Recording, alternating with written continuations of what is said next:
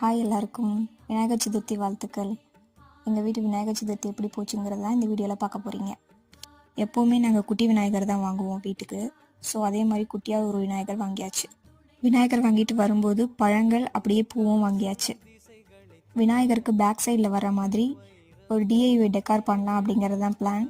So கார்ட்போர்டில் வெத்தலையும் சாமந்தி பூவும் வச்சு ஒரு டெக்கார் பண்ணிகிட்ருக்கேன். நெக்ஸ்ட்டு விநாயகருக்கு எருக்கம்பூ மாலை ஸ்பெஷல்னு சொல்லுவாங்க இல்லையா. ஸோ வீட்டுக்கு பக்கத்தில் எருக்கஞ்செடி இருந்துச்சு, அங்கேருந்து பூ பறிச்சிட்டு வந்து நானே மாலை கோர்த்து அவருக்கு போட்டாச்சு. விநாயகருக்கு பேக் சைடில் இருக்குல்ல, அதான் நான் பண்ண டிஐஒய் டெக்கார்.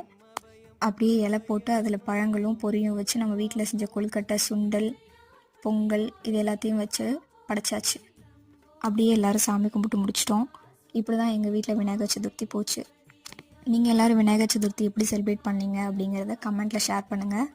அப்படியே இந்த வீடியோ பிடிச்சிருந்தா லைக் பண்ணிடுங்க. மறந்துடாமல் சப்ஸ்கிரைப் பண்ணிக்கோங்க. பாய்.